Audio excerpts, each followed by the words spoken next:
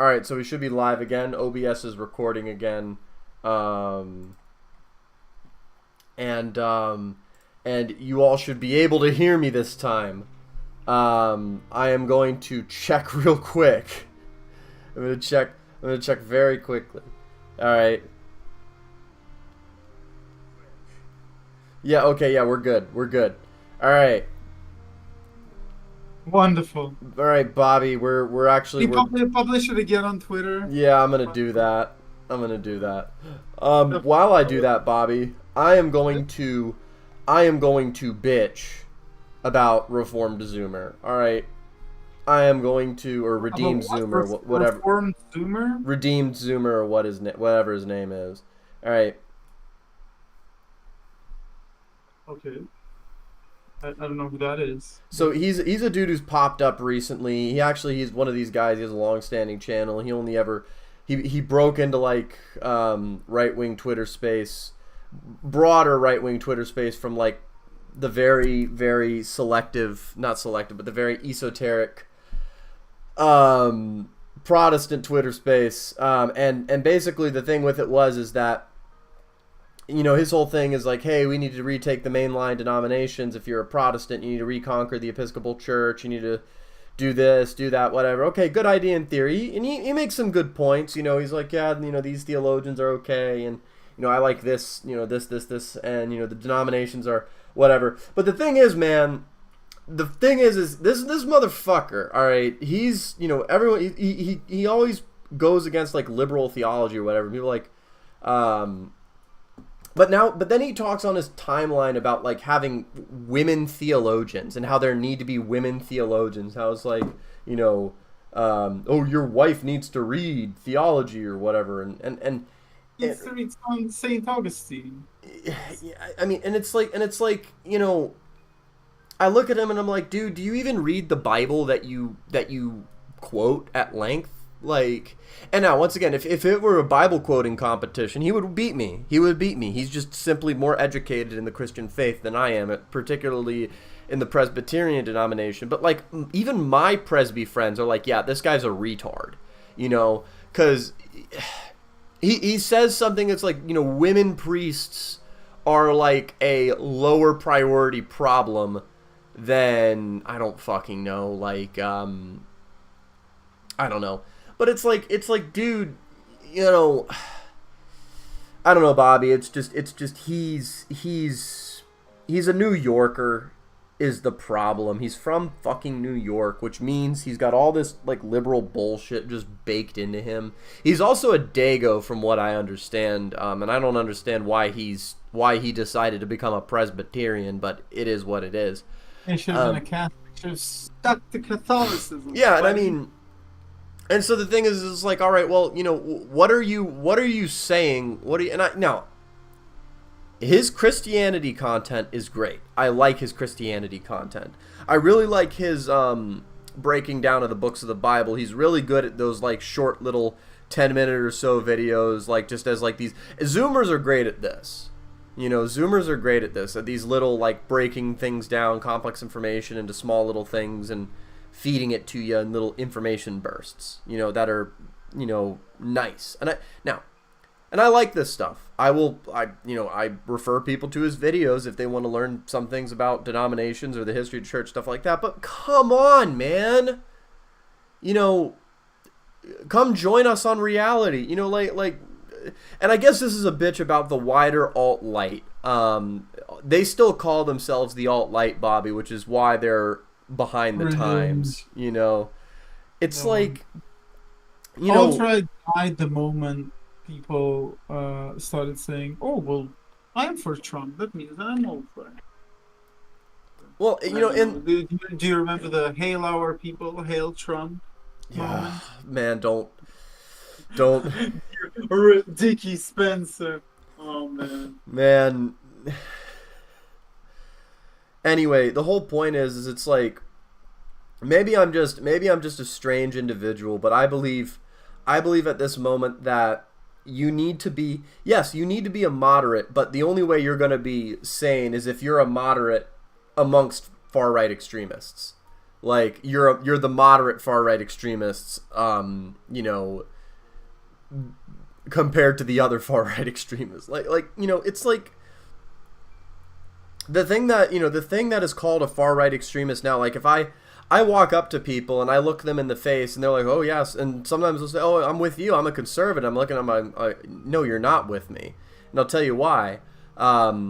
I don't believe women should have the right to vote. I don't believe women should be classified as citizens. I believe they should have a separate legal status as for men, somewhere legally similarly governed as property, because that is what they are in essence. I'm not saying they're not people, but it's like you can't like govern them. You can't have laws pertaining to them like you have laws pertaining to men.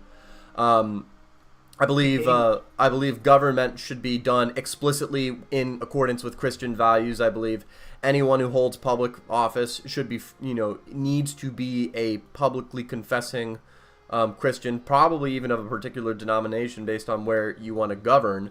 I believe children need to be disciplined. I believe that the races are separate for a reason, and God made them separate for a reason, and they ought to continue to be separated. I believe most of our law should be based entirely upon that which is found in the Bible, because the Bible is absolute truth.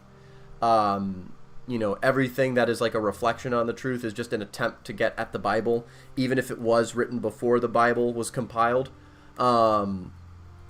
Because here's the thing, Bobby. If you don't have a sovereign in the realm of truth on earth, then you have nothing really to hang your hat on. You just have competing systems. Harder to imagine a world that exists only post-Bible, like the truth that exists post-Bible. Because, well, you have a lot of history, like pre-Christian history. You have a lot of like Roman history and even the Celtic stuff. But for Russians, I mean, like history, the first books were written 200 to 300 years post Russian conversion. Like, there is no history in Russia that is not Christian. And maybe that's something to be proud of. That's the one saving grace of Russia. Well, and that's the same thing with the United States. Russia and the United States are also similar in that regard, Bobby, is that we have no real history in either of our respective nations prior to Christianity. Come on, like United States. I mean, even you told AA, if you remember, that the United States is composed of all these different, like Englishmen, Frenchmen, Germans. Their families, they have histories that pertain to pre-Christian times, the Roman Empire, the Germanics, and so on. That's true, but the thing is that it's like it kind of, America is a place where people kind of went to forget everything about their old world ties. America, I don't know, maybe not. All I know is that the United States, you could place it within the continuity of English common law, but in reality, it was founded as a nation kind of out of nothing. It had Yeah, I mean, there's you could definitely extract some bad things out of that, but it makes sense. Well, yeah, and it's like, and if you want to look into that, I could just say, well, it doesn't matter that Russia didn't write these things down. It had its history of the Slavic tribes worshiping Perun or whomever else. Yeah, but you never know. That's not like you're not sure. Like you're not really sure. Like the first ever Russian book, or the oldest extant text we have, talks about pagans in the same way you talk about demons. Like by that point, already people were strongly against paganism. Even if they definitely believe in the sort of Japanese style demons, something like that, where they would they were in the forests and they were in the grain and so on and so forth. But of course, they were all evil. you could not worship the beast, yes, or the charts. You couldn't do that because, well, they're banned. You might need to use them, or you might need to bring them offerings, but you wouldn't worship. I don't know, That's, man. I don't know. that's well, I mean, you have cryptids. What's the oldest cryptid? I don't know who the oldest cryptid is. No. Well, I mean, would you consider giants cryptids? Oh, are you talking about the United States? Yeah, yeah. Oh yeah, no, yeah. The oldest cryptid in the United States is not counting the native tribes, but when Europeans got here, it might be the Jersey Devil. That might be the oldest cryptid. There's also like yeah, giants are unequivocally real. They did exist. They did live in America. Um, you know, that's not even controversial. It's not even like been washed out of history books. You just need to read county history books, and then it's every single county history book that you read. It's like, oh, and then Farmer Jim was plowing his field one day in like fucking southern Ohio and stumbles upon this cave, and it has like 15 skeletons in it that measured about 8 feet. And I'm like, okay, fuck. Big boys. Yeah, it's the Russians, right? The Russians that came over and ruled America for centuries. Yes, yeah. Long live Albania. Anyway, we were going through this festival of the Silver Tree when my mic was off. Whatever, yeah. Family, yay, family, woo, family. Exactly, TB88. You saved us. Family. Come on. Yeah, the family is feeling terrible, and this is where we stopped. Gloria was being a bitch to Stefan, because Stefan did this really artistic, moment where he revealed his soul, and she said, and now she's making it about her again. Of course, highborn nobles like Stefan are made for the arts. They're the only ones lucky enough to have a soul and experience inspiration. Unlike us, the lowborn, we aren't supposed to feel anything but suffering, let alone express it in poetry. Everyone notices that Gloria's clutching page is filled with writing. Her poems. Your sister casts a mournful glance at the family and her eyes rest on you. What would Milton do?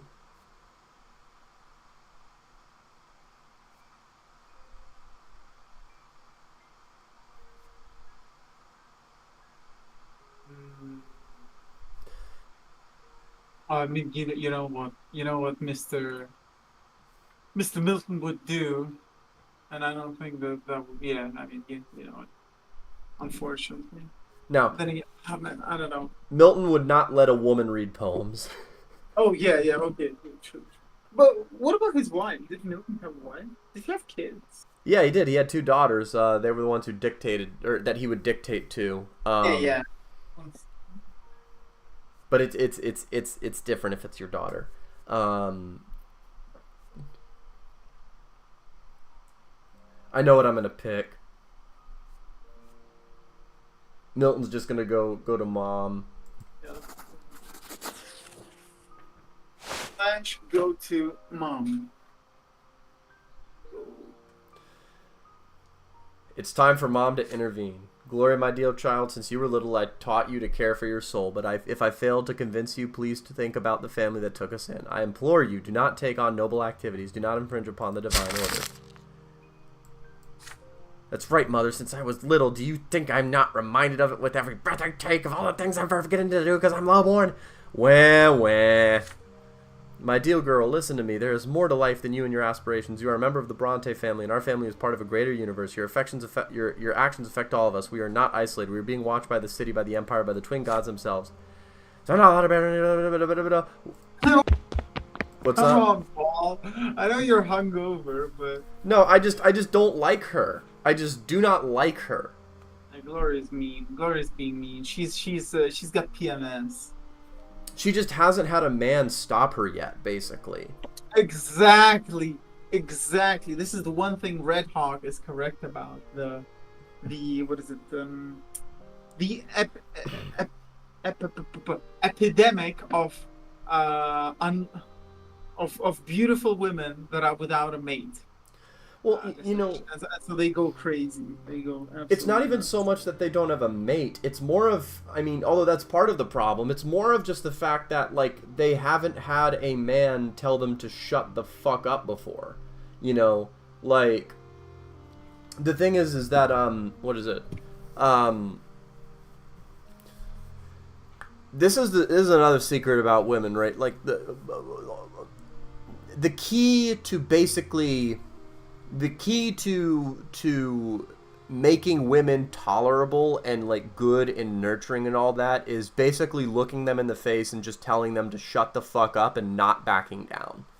Like, because all they can do is scream at you and huff and puff and all of that other stuff, like, and like, try to appeal to authority and all this other stuff. But it's like, you know all women want to be stopped. They inherently know that they're not supposed to be nagging, whiny bitches, because and this gets back into Bobby. Like, when I found out what the curse of Eve really was, I realized, oh, okay, that's simple. You know, women are schizophrenic, Bobby, because they have two desires. One is the natural desire that God basically wrote on their hearts when He made Eve from Adam's rib. The other desire is the curse that came with the fall.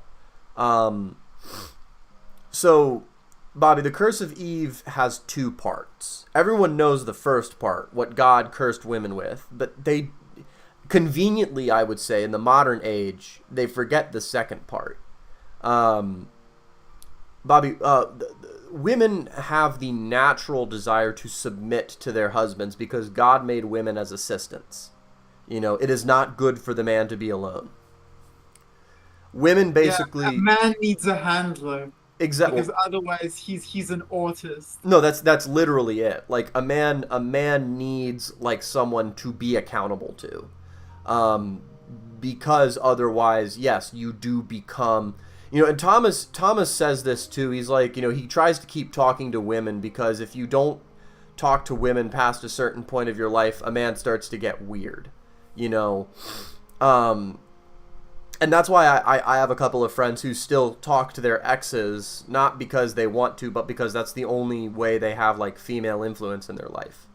That's why having a wife is important, because it's like you have basically permanent female influence in your life to keep you from getting weird. It's true. They do. That's why women are so dangerous in any like radical movement is because they make everyone like sane in that way. But the thing is too is that, like, the question is not whether you introduce women. The question is more when you introduce women, because the dissident right is starting to introduce women. Philosophy Cat is a little bit. I'm not talking about her. So it's a little bit. I'm not talking about. I look. She used to be David Irving's secretary, from what I understand. Peter. Uh-huh. Wait, I know that name. Yep. Anyway, she's been involved in this stuff for a while. I don't really care about her or really anyone like that. I'm not talking No about people way. like that. She was his secretary. Oh yeah, no, there's like a 50-year age gap there or something like that. Oh, that's nuts. Oh yeah, they fucked. But what are you telling me, Paul? This is classified information. This is like CIA type stuff. look, man, like, Bobby, don't be so naive. Like, it's what if most people used extreme movements as, a means to achieve? Yeah, it's just feel important and feel good about themselves. Well, I mean that too, but primarily, access to sexual gratification. Oh, true. Yeah, yeah. That's why because the Pound's membership is about 50% like women. Yeah. Sea of broads. It was crazy. And in fact, no one like people didn't believe me. The ones that came to my birthday, they were like, "Well, what are you talking about? What women?" And I just showed them the pictures. Hilarious. But yeah, Bobby, I mean, it's like but anyway, I was trying to make a what is it? The second part of the curse of Eve is that God gives women the unnatural desire to want to or allows women to have the unnatural desire to want to dominate their husbands. Which basically means this is why women are so schizophrenic a lot of the time, is that at least the younger women are. The sanest women you will ever meet, Bobby, are ones who have had either strong husbands or strong fathers or some other strong male authority in their life that basically keeps them in check. And that's the secret, guys. That's the secret to that's the secret to having a wife. Is basically being the man and keeping her in check, and being aware that she has this unnatural desire that she can't control to want to dominate you. And it can be worked around like anything else. As a matter of fact, once you know about it, it's something you can very easily go back and check. But it's like what is it? What am I trying to say here?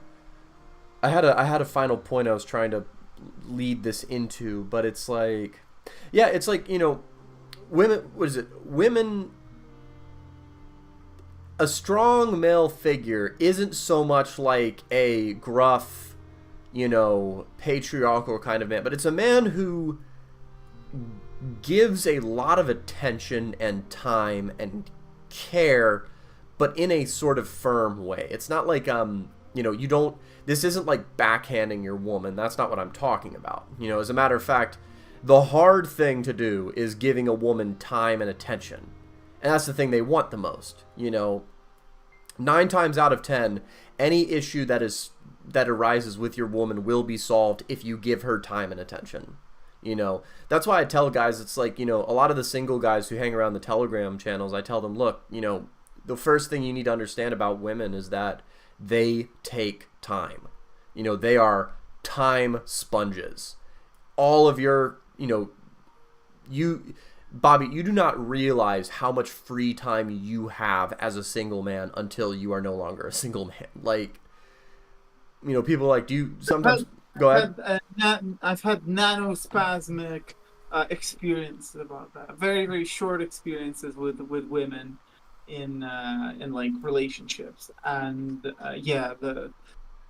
it's more even than the time. Is they really do hawk on you. They constantly surveil what they're doing, what you are doing, how you react to things. Well, the time, the whole oh, you didn't hold the door open for me, and they'll remember that. Well, the thing is, man, it's like, yeah, they're constantly watching everything, but it's kind of like, in many ways, it's kind of like the federal government. The feds are listening to this stream right now. Federal government is female, huh? No, that's exactly it. All governments are female, or at least in terms of how they affect your everyday life. It's like, yeah, they can watch everything you do, but it's like, if you just kind of look at her and just be like, yeah, even if you do, this is where the extreme ownership thing comes in. It's like, yeah, if you do something cringe, basically, if you doubt yourself, she'll pounce on that. It's like, they don't want to do it, but women will kick you when you're down, even the ones you like. And so that's why you've got to be able to and I'm not saying they will all the time. I'm not even saying that they will this isn't the thing in intimate. A lot of guys, when they say women will kick you when you're down, they're not talking about intimate moments. When you're intimate, there's kind of a shared understanding there. You've both decided to be in an intimate moment, but it's like, I'm more talking about in public, or going out and about, or in a moment that's not intimate, even if it is in the home. Women will throw you under the bus in public in social situations just to see how you react, and they don't even know they're doing it. And it's just one of those things you got to kind of brush off and keep going. But yeah, that's the curse of Eve. It's the second curse of Eve. It's like women have this schizophrenic, desire to submit to their husbands, which is natural and inculcated by God, but also this unnatural desire to dominate their husbands. you know, to basically, what is it, to castrate them. You know, this is, so it's like, what is it? It's like you know, Bobby, you know what we're going to call it? We're going to call it the trad wife longhouse metric. All right? That's what we're going to call it, Bobby. Within all women is a trad wife and a longhouse. And whether, now and now Effectively, it is called the Sneed House. The Sneed House. Yeah, but within every longhousing woman there is a little bit of a trad wife, and within every trad wife there's a little bit of the longhouse. You know, it's like it's and you know which one women display more often is a reflection of the men that have been in her life. Women have 3 men in their life. All right, they have their fathers, their partners, and society. And if any one of those 3 is weakened, then the other 2 will make up the deficit. Right? This is why women raised in isolation tend to want to stay in isolation, because they have no real society. Which is why, Bobby, you know, women with a strong, caring, attentive father tend to do very well. That's actually the best way they can do. You know, strong, attentive, caring father who is firm but raises them well, picks good husbands for them. Those are the best women and the sanest women, really, because they have been cultivated the best. They have been raised the best.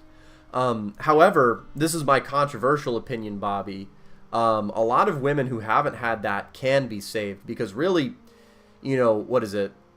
What does a husband do, Bobby? It's you're husbanding your wife, which means you're growing, you're cultivating. You know, it comes from the animal husbandry. You know, you are. It in many ways it's like raising a child. The good kind of grooming. Exactly. No, that's exactly it. You know, it's like what is it? You know, you as the man, you have to be the one who's basically telling her where to go, what to do, all this other stuff, because she doesn't know herself. And if you don't know, then, you know, figure it out. And this anyway, but like I don't mean to get down on the women point, but it's like this is all, and I don't want to say I've got it all figured out, because, you know, it's easy to understand this in theory and it's hard to do it in practice every single day. We've got a woman right now in front of us, and she's complaining. She's complaining. Hold on. We check the chat. It's not allowed to bury a name. It still has to bear all the responsibility that come with it. Yeah, well, I mean, and to be honest, Gloria, that is a fair point, but at the same time, sucks to suck, you're a bastard. Let's go. What's the female version of a bastard? A bastardess. I don't know. Gloria runs out of the room, outraged and tearful. The family is left dumbfounded. Finally, Stefan speaks. I hope, Lydia, that you can still make her see reason. Your words were wise. Let us heed them ourselves. She doesn't like me as much. The family is super peaceful, and I'm a manipulative, you know, behind the scenes. Or all right, halfway through. And you're again master manipulator. News from the capital quickly reaches every corner of the empire. Gerion and Flavius, the heirs to the throne, have left the emperor's palace for the province of Monia, which is ruled by the great chancellor Agarius Monrogue. The great chancellor has accused the emperor's court of harboring malefactors conspiring against the imperial heirs. This is why he has offered them shelter and safety in his own impregnable citadel. The common people are particularly worried by the news. They take it as a sign that the Chancellor is seeking to solidify his power by holding the heirs hostage. If this continues, Monrogue could coerce the Emperor into revoking the imperial law, thus depriving the common estate of any and all rights. All hope for reform in the Empire has vanished. From farmer to rich industrialist, the commoners are growing desperate. In your province, the authorities are trying their best to put people at ease. The magistrate of Anizate makes a speech from his balcony to the excited crowd below. Trust in your emperor, good people. The imperial heirs are the future of the great Tempest dynasty. The emperor has made the wise decision to send them far away from the scheming court. Great Chancellor Monrogue will take good care of them and keep them safe. All glory to the empire, all glory to the Tempest. Oh boy. Yep, province modifiers. Struggle for power. Commoners are still flocking to Anizate, refugees from villages that have been squeezed dry, miners who have lost their jobs, craftsmen who have lost their last coin. They all come to the city in search of shelter, safety, and justice.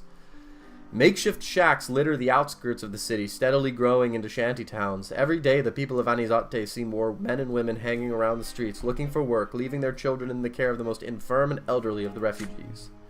Of all the powerful people in the city, Mayor Egmont is the only one who considers this a problem. He has ordered several of his warehouses to be converted into shelters and begun distributing bread to the refugees free of charge. You and me and... She just doesn't look good, man. You and Sophie are sitting on the roof of an apartment building watching people huddle around a wagon. The bread line stretched to the small square between the buildings yesterday, but today it disappears down the back streets with no end in sight.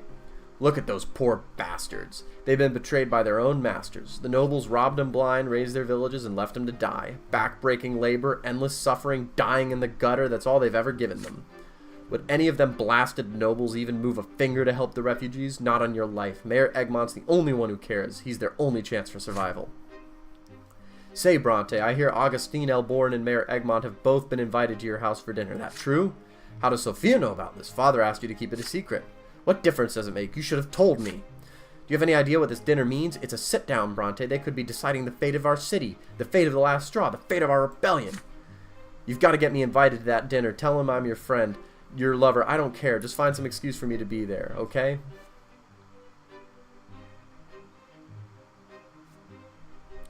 So basically get longhoused. Get longhoused. Let's go. We're no longer the Hyperborean men we once were. We must invite Sophia to the dinner.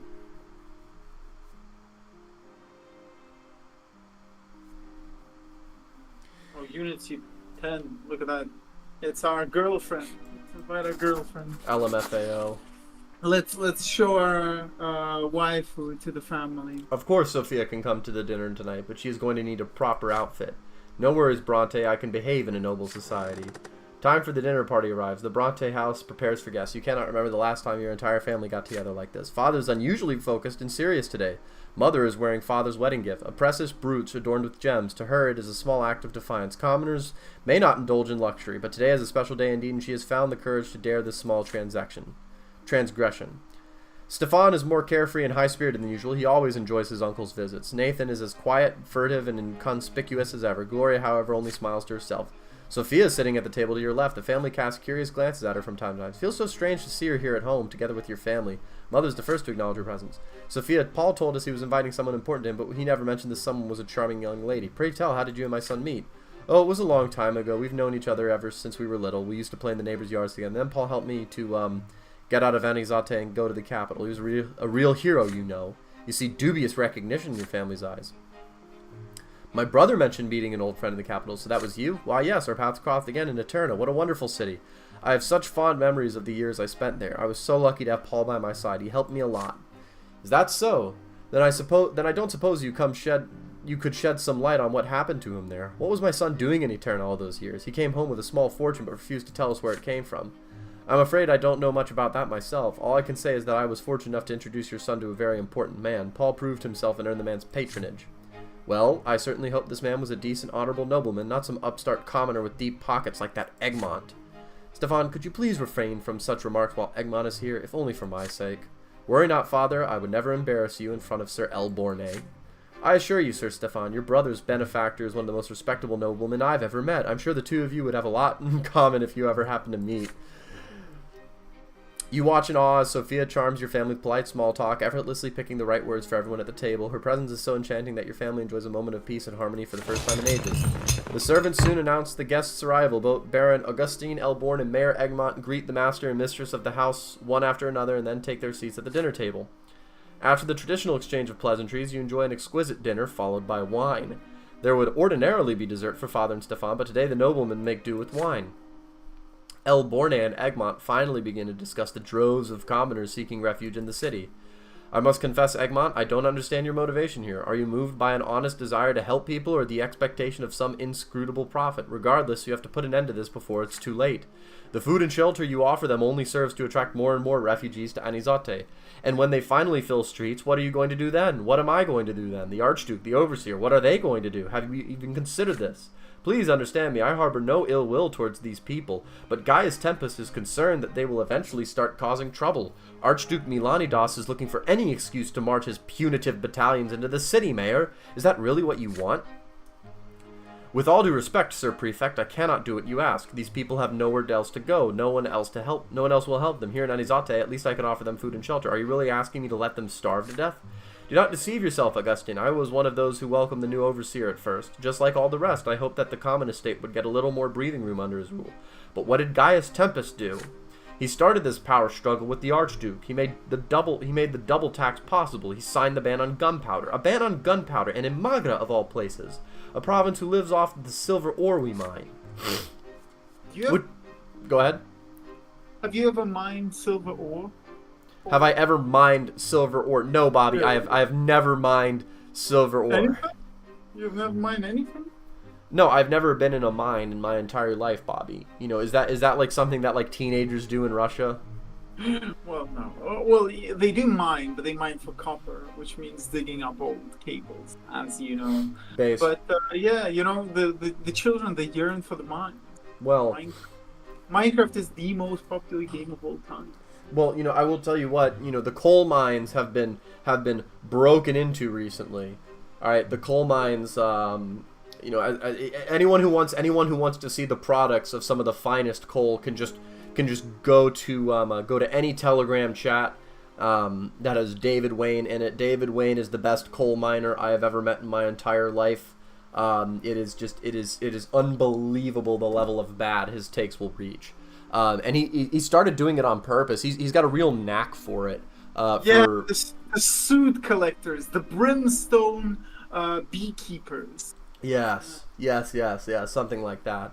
The coal mines are getting like filled. You know, we're getting so much coal. Like, one of the greatest coal miners is, I think, not even like miners. He's you know those giant like Russian machines that look like cranes with a giant like wheel.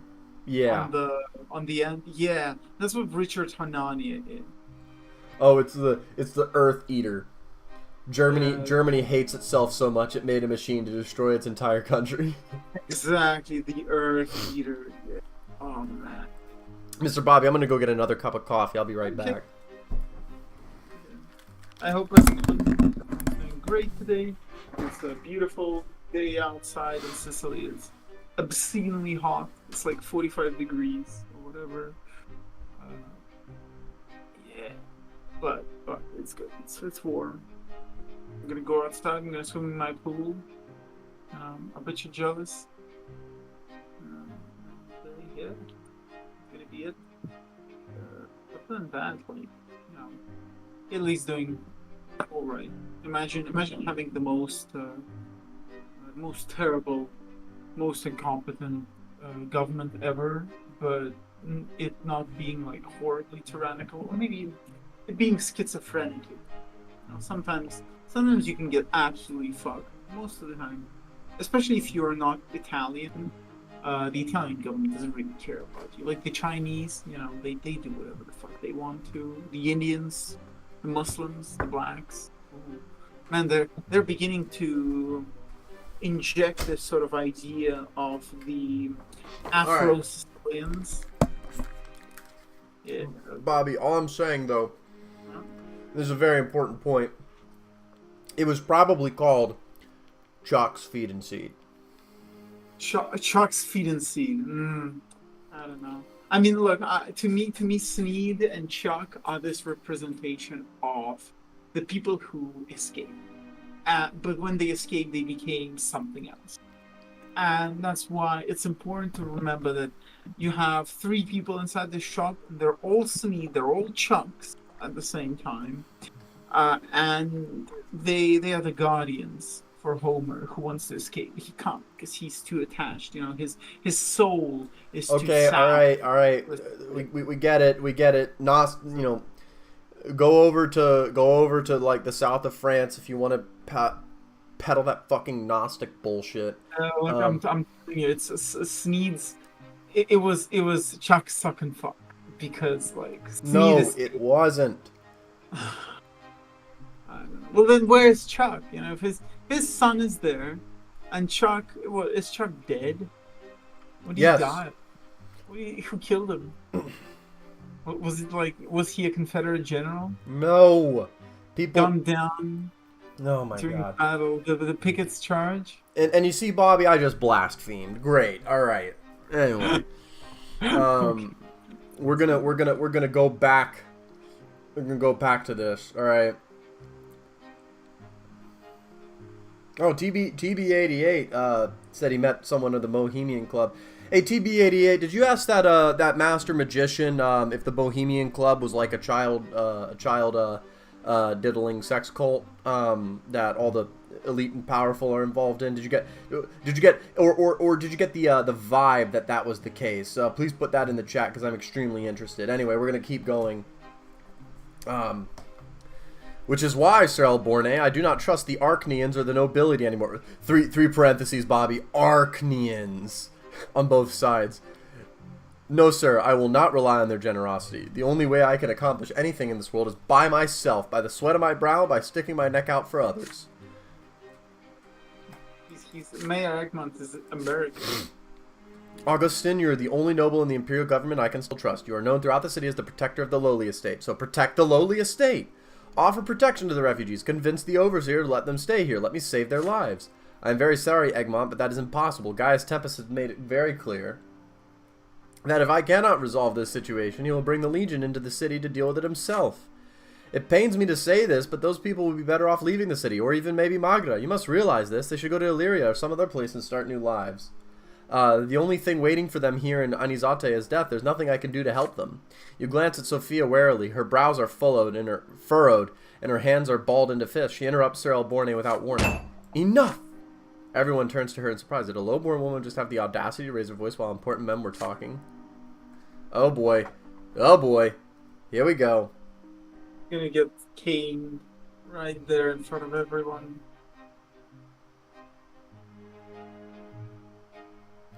Go ahead. That's enough. Sorry, I'm reading. TB88 is giving me the lowdown on the Bohemian Grove. It was the Secret Service. So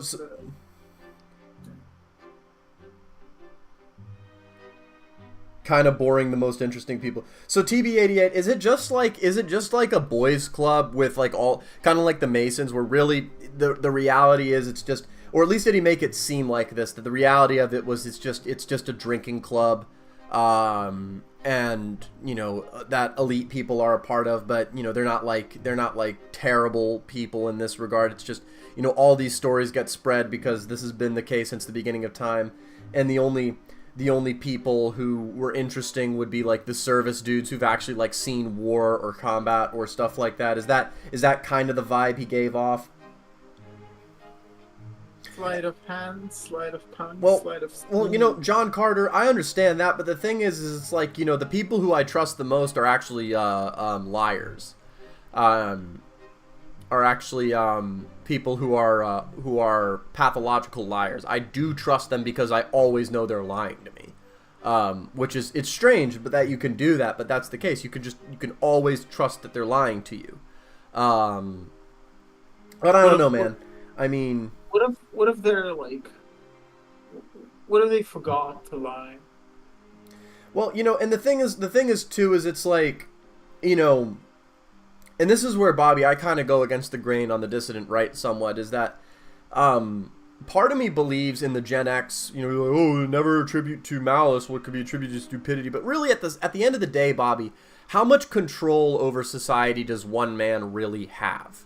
You know, people talk about the CIA like it's this thing. Yeah, and, you know, TB88 says, he said it was a place for old elite people to drink and hang out. George Bush Sr. was chill as fuck. Yeah, you know, to be honest, Daddy Bush 41, from what I understand, and I've read his history, this dude was like, he was like in the service. He was in World War II. He fought in World War II. I think he was the last president who ever fought in World War II. Was Bush 41? Is he still alive? No, he died recently. But he was also, Bobby, Bush 41 was the last WASP who became a president, because his son Bush 43. Now, I like Bush 43. I really like Bush 43. He's got this. This may be because childhood nostalgia. George Bush times were when things made sense. But I like Bush 43 because he was this real smooth talking Texan. And even though it was kind of affected because he was born in fucking Connecticut, and he was like, part of the very old Bush family, which is a very old New England waspy family. But he was kind of like, this new branch of it that was like, when New England burned to the ground, when all the wasps died out, he basically went to Texas and became part of like the Texas oil elite. But I mean, the thing is it's like, Bobby, I know in the Slavic world they have this saying, one is a scheme, two is a plot, three is a conspiracy. But it's like, go ahead. Once is a happenstance, twice is a coincidence, thrice is enemy action. Well, yeah, and that's how it happens. I mean, but the magician said Jeb was legit scared of magic tricks and wouldn't be around him. Lol. All it is, all magic tricks are is really, it's just sleight of hand. That's all it is. It's just distracting perceptions and all of that. That's all magic has ever been since the beginning of time, is just warping. It's what about the rituals? What about the mana? It's all the same thing. Child sacrifice rituals or whatever, that doesn't really do anything. That's the thing, is it's like, that's what's so disturbing about it, is it's like it doesn't do anything. All it does is it's like, it's this heinous thing, The only thing it does is it's like impresses people by the awe of how heinous and barbaric it is. But that's it. That's all it does. It's not magic. There's no magical properties of like virgin sacrifice or whatever. And this is the thing. Like, this is one of the most powerful tools Christianity gives you, is that you realize that all of this esoteric stuff is just various different kinds of cargo culting. Cargo culting is also a very useful thing to have realized, because, you realize that almost... Now, a lot of people believe that there are demonic influences and stuff like that. And yeah, that's true. But, the thing is, though, is it's like... Possession is definitely real. It is, but it's like, at the same time, the default state of humanity is demonic possession. So it's not really unique. That's what is it? Isn't that Gnosticism, that like man is evil? No, it's not Gnosticism that man is evil. It is the basic precept of Christianity that man is evil. No, it's not like Calvinism. I mean, if man is evil, did Christ become evil when he turned into a man? No, that's not. And this is the thing. Everyone was it. I'm the worst guy to be Calvinism's top guy right now, but I'm going to be Calvinism's top guy right now. What is the one thing that all of humanity, that you and I, Bobby, have in common? Who is the earliest, oldest ancestor that we can all point to that all humans are descended from? George Bush. Okay, base. I mean, Adam. Yeah, there you go. What did Adam do? Well, he rebelled. Exactly. So, even though Adam did it as like this one dude who did it, who committed the fall, it's basically all of our fault, because even though he did it a long time ago, long before all of us were born, we were born from the seed of a man who rebelled.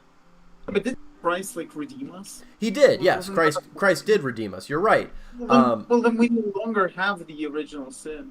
the thing is though is that like you're not born in Christ.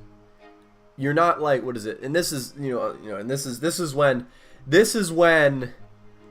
this is where everyone I think agrees. You're not born out of your mother's womb in the body of Christ. You are brought into the body of Christ during your lifetime, and then people disagree as to how that actually exactly happens. The Catholics say you're brought into the body of Christ as soon as you're baptized into the church. And that's why they're so big on infant baptism, because they believe any infant they don't baptize is going to hell. The Calvinists believe you're in the body of... Now, the Calvinists believe you are born into the body of Christ because God pre-selected you from the beginning of time to be... And this is where the phrase "the elect" comes from. God selected you from the beginning of time to be one of those that would be able to hear His word, that would be redeemed. But they still do infant baptism. The Calvinist churches do. The Baptists believe that it's you've got to make an individual choice at some point during your life. Almost every church will baptize adults, but the Baptists are the only ones who say that, you need to get baptized as an adult once you have accepted, once you have accepted Jesus Christ as your personal Savior, and you want to place yourself in the body of Christ. Now, once again, worst person, me, to be talking about this. I am not a theologian. We gotta get Ryan on the show and have like 4 hours. Well, the problem with Ryan is that he's a fucking Lutheran, and they have their weirdo things. Like, I'm fine with him being a Lutheran. It seems to do something for him, so, that's perfectly fine. He could be a Lutheran. Personally, I think most all theological disputes are bullshit, and, to kind of touch grass, you always have to, okay, we'll go to this church, look at those people, look at what they're doing. Is it Christian? And, I see that most of the time, unless you go into some backwards church where they worship like some parasites, like Resident Evil 4 style. Yeah, of course that's not Christianity, but go to Russian Eastern Orthodox, go to Catholic churches, go to Protestant churches, like even the aesthetics are kind of similar, unless we're talking about the jumbotrons, right? Okay, I reject the jumbotron. Well, look, that's the fucking, what is it? That's the straw man that everyone straw mans American Christianity as. Everyone, whenever anyone says, Baptist or evangelical Christianity, they always point to the strip mall churches, bro. Mega churches, Joel Osteen. Besides that, but like, even mega churches aren't that big of a problem, because look at John MacArthur's Grace to You. Like, John MacArthur has some problems, maybe a little bit too much of a cult of personality, but that dude will outright say that it's like, that dude was, back before the dissident right was a thing, back in 2012, he was one of the last, like, sort of the televangelist generation, he was out there getting shat on by everyone in the United States at its cultural peak in terms of like the power of this, saying, look, gay marriage is a sin, and if we legalize it, it's going to cause massive pedophilia across our country. They were right. All of them were right. Well, and that's the thing is it's like, look, the question is not, people will always, and a lot of people on the dissident right do this, is they are obsessed with the method. I'm going to say something very controversial, Bobby, all right? I'm going to say something very controversial. Go ahead. You could do it. I don't care about beautiful churches. I don't care if the church I am in is this amazing, ornate, Gothic cathedral with all of these inlayings and these... So what matters is what people believe, right? And the flying buttresses and the individually carved saints and all this other stuff. Look, I can appreciate it as a work of exceptional craftsmanship done in the name of the Lord for His glory. I can appreciate that, all right? But But and real quick, I'm gonna answer TB88's question. No, the Mormons are not Christian. The Mormons are like, think of the Mormons as like 19th century Scientology.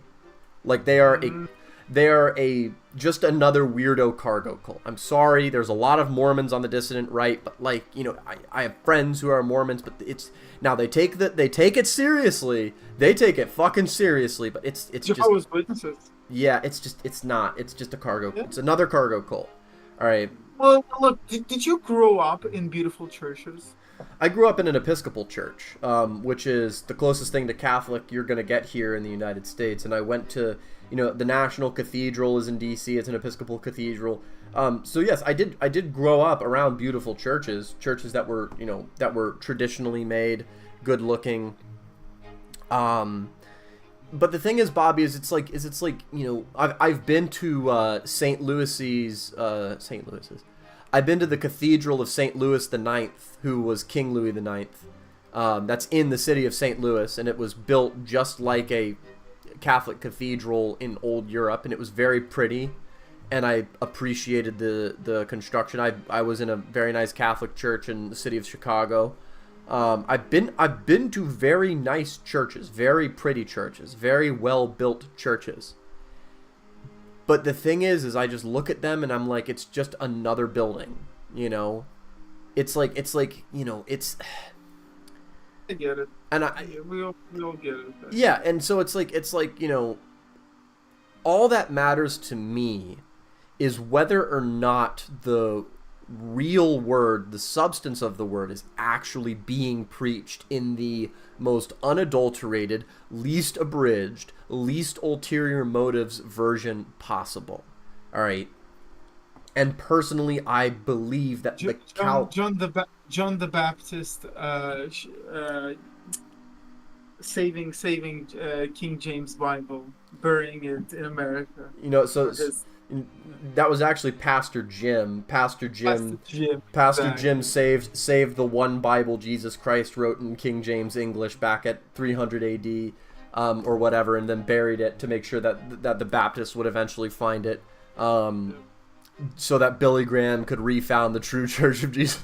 Well, and that's the thing, though, right? Is it's like the fact that jokes like that can arise basically tells me that it's like, look. This is you know what the real secret of the Protestant church is, Bobby? The real secret of the Protestant tradition? The secret is that there is no one true church. The one true church is those in the body of Christ. And those and the thing and that's the thing, you know, it's like anyway, I'm not going to I wouldn't see myself as anything other than like Catholic. I mean, I wouldn't. If I were to actually choose a church and settle down, that's where I would go, because it's what I grew up with. It's what, you know, what's around me, and you know, the Eastern European stuff. I think that the priests are weird. I mean, I don't really trust like the Russian priests. I think that there's a lot of problems with how they spend their money and where their money goes to. And yeah, they're basically another arm of the government. Well, and I mean, there you go. But I think that the Vatican has a lot of like energy against the mainline Italian government. I think they want their pie. They want their piece of the pie. Yeah, I mean, you know, if you're in Italy, it doesn't make any sense to be anything other than Catholic. It's like, why would you want to be a Protestant in Italy? No, it's like trying to be a Protestant in Spain. It doesn't work very well. Being a Protestant in Italy is weird, because Italy's definitely not about rebellion, and like, you know, there's going to be another pope. Like, yeah, this pope is cringe and everyone knows it, and you know, this is probably the one time in history where like Sicilians will openly disavow their pope. Yeah, like, I don't need this pope, because like anyone else, you know, yeah, they were liberal, or yeah, they were conservative, or yeah, they were fascist, whatever. It was like the pope is off limits, he's sacred. But as time went on, I think that they've yeah, the quality has gone down. But then again, it all makes sense. Maybe it goes down for you to, to appreciate the good that was. Yeah. To re-examine the prior popes and to re-examine the prior church.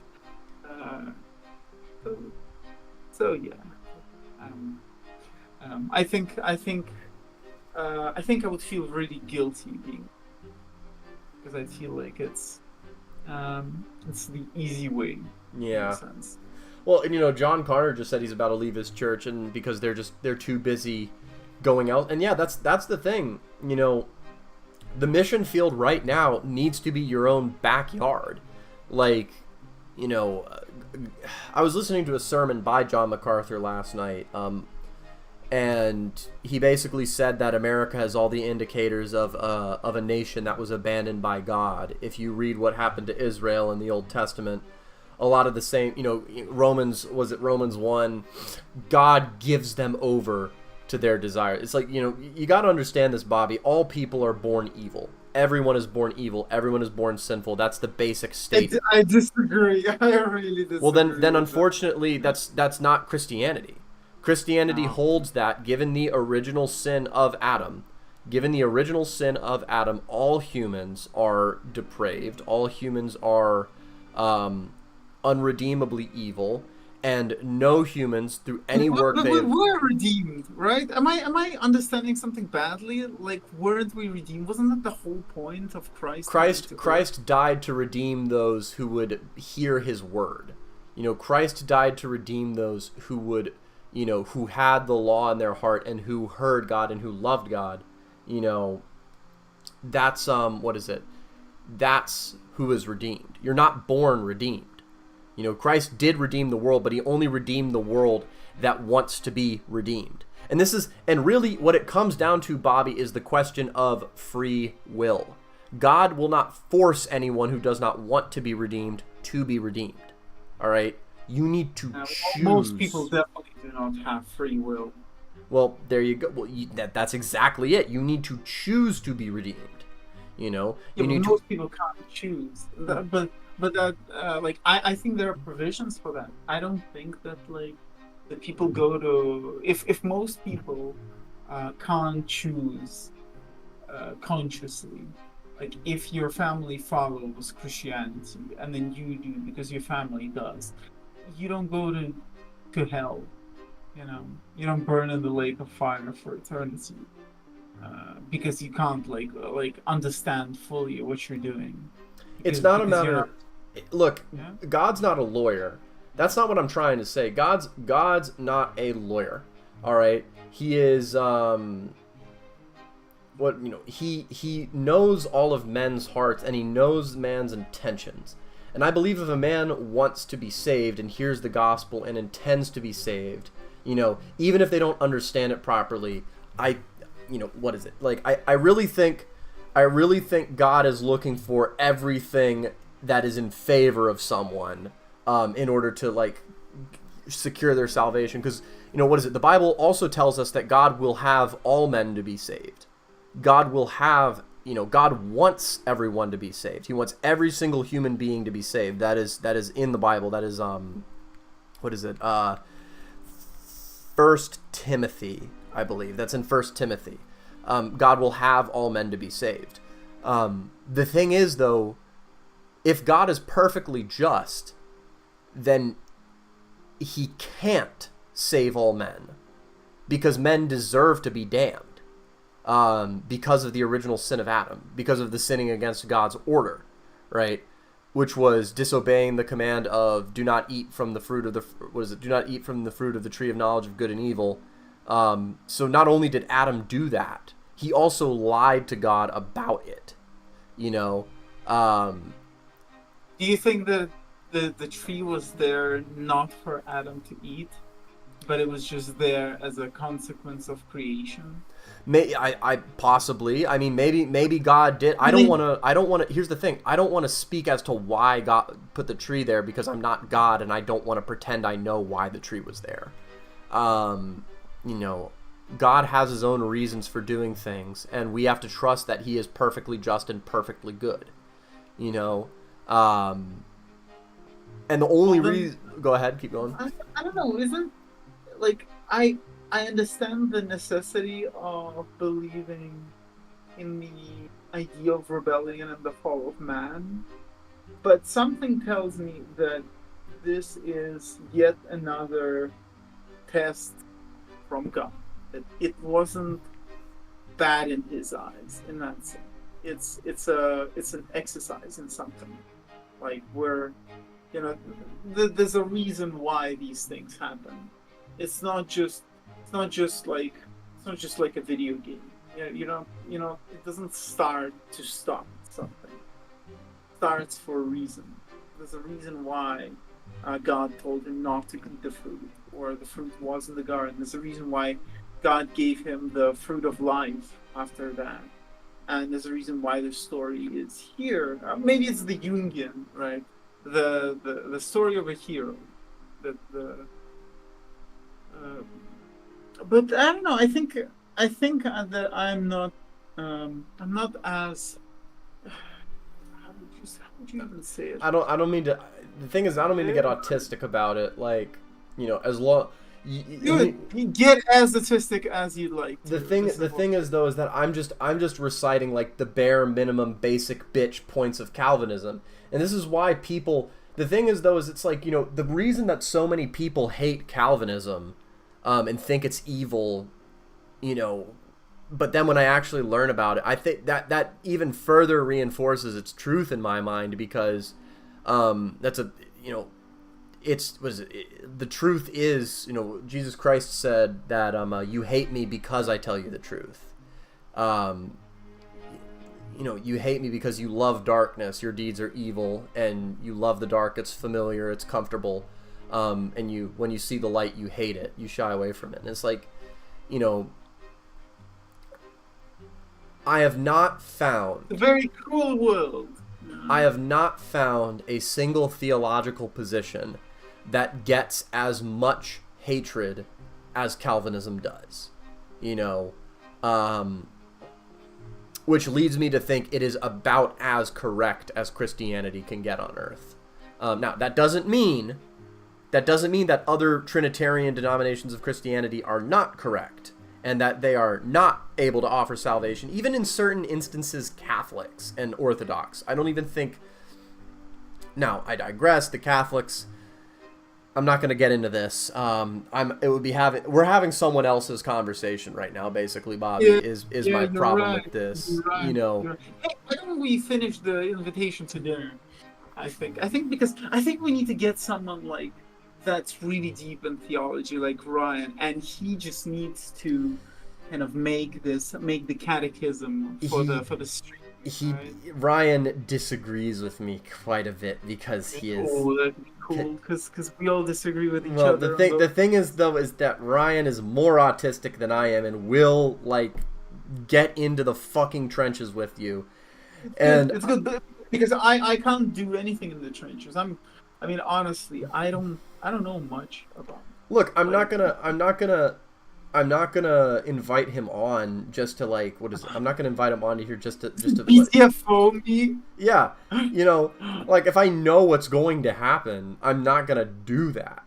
I would be against it. I'm just learning. All right, but that's enough. You are Baron Augustin L. Borne, the prefect of Magda, the protector of the common folk, the last hope for people like me. You're all we've got. Mayor Egmont is right. The Arcanians don't care about us at all. As far as the Melanidases and the Tempests are concerned, we don't even exist. Every commoner in the city knows there's only one nobleman in Anizate who actually cares, and that's you, Sir Elborne, not the overseer, not the archduke, not the magistrate, not the patriarch, none of them. You're the only man who can change things in this city. If not you, then who? If not now, then when? The overseer needs your support. He trusts you. He'll listen to you. You don't have to blindly follow his every order. You're free to make up your own mind and speak to him on behalf of the people. I'm begging you, please don't betray us. Don't betray all the trust we place in you. Help Mayor save these people. The amber candlelight glimmers and sparkles reflect in Sophia's blue eyes. My apologies, ma'am. We have not been introduced. Sophia, a commoner. A lengthy silence hangs over the room. No one knows what to do. Everyone holds their breath, waiting for Augustine Elborne to react. Thank you, Sophia. Your words You ought to thank this young lady, Mayor. You will have my support. The refugees may stay. Do your best to give them decent shelter and food and see if there is any work they can do. I'll see if I can convince the Archduke that they pose no threat, and I'll take steps to keep the streets safe. The guests thank their hosts for their hospitality and leave one after another. You walk Sophia to the carriage. That was some night, eh, Brante? You've got an interesting family. Too bad. I'll probably never have a reason to get to know them better. The next day, Augustine L. Borne makes a statement to the people of Anizote. The prefecture and the lesser quorum have reached an agreement. The refugees arriving in the city will be offered temporary shelter and provisions. No announcements from the overseer are forthcoming. Yeah! Sophia loves us. Wonderful. Oh, harmony. Yeah, we're gonna win this. Moment of respite. Your work for the day is finally done. You hurry to the family home where peace and tranquility dwell again at last. Still, you have grown used to the idea that this peace could be disturbed at any moment. As you enter, Father walks down the stairs to greet you. He smiles happily and warmly. Paul, my dear son, you're spending so much time at work. Look, you can barely stand. You need some rest. Please stay at home with us for a while. Surely your work can wait. You've earned yourself a moment of respite. You consider his words for a moment and agree. Overjoyed, Father takes your hand and leads you into the sitting room. You spend several days resting in the family home where your troubles are distant and your family is close. They tell you their news. You carefully share yours. You spend the evenings together on the porch, just like in the good old days, listening to Father's stories of your family's history, sharing laughter over memories of childhood. It is late now. Cicadas buzz quietly in the garden. The windows of the bedroom glow with warm light. You recline in the wicker chair with a glass of good wine. There's no place like home. And everyone's related. Strong, sweeter. Everyone loves us. Oh, full willpower, brother. Oh, yeah. Your home is quiet tonight. Father is away arbitrating disputes in Maghreb villages. Stefan is visiting one of his high-placed patrons. After a dinner spent in silence, everyone retreats to their chambers. You're about to retire for the night when Gloria calls out to you. Paul, wait a minute. I have an important favor to ask you. Your sister leads you to her longtime refuge, the library. Here in the shadows between the bookcases, you will not be overheard. Brother, I wish to speak with you before Stefan returns. His scheming is becoming unbearable. It's beyond Sir Robert's power to stop him, let alone Mother and Nathan. You're my only hope. You shrug. All families argue from time to time, but every quarrel has to end sooner or later. Yes, it will end when Stefan finally gets rid of me. As far as he's concerned, I'm just a stumbling block and a stain on his father's good name. He lets me stay in the house only to avoid causing a scandal in high society, but as soon as the Brontes get his precious nobility of the sword, I'll be out on the street in the blink of an eye. Paul, you don't want me to get kicked out of the family, do you? Please help me. I need to convince Sir Robert to adopt me and make me legitimate, and after that, it won't be so easy for Stefan to dispose of me. And then I won't bear the stigma of being a bastard anymore.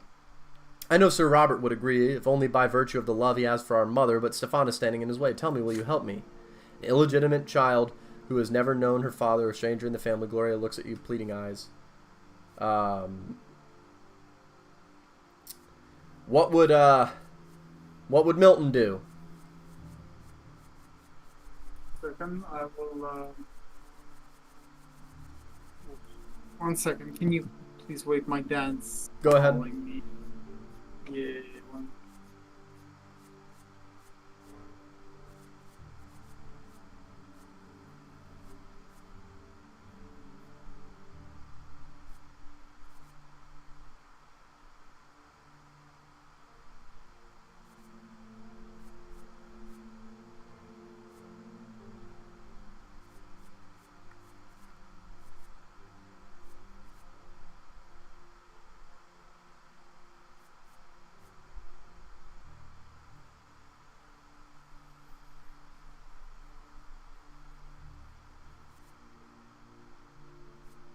Okay. So, we finished this chapter. Not yet.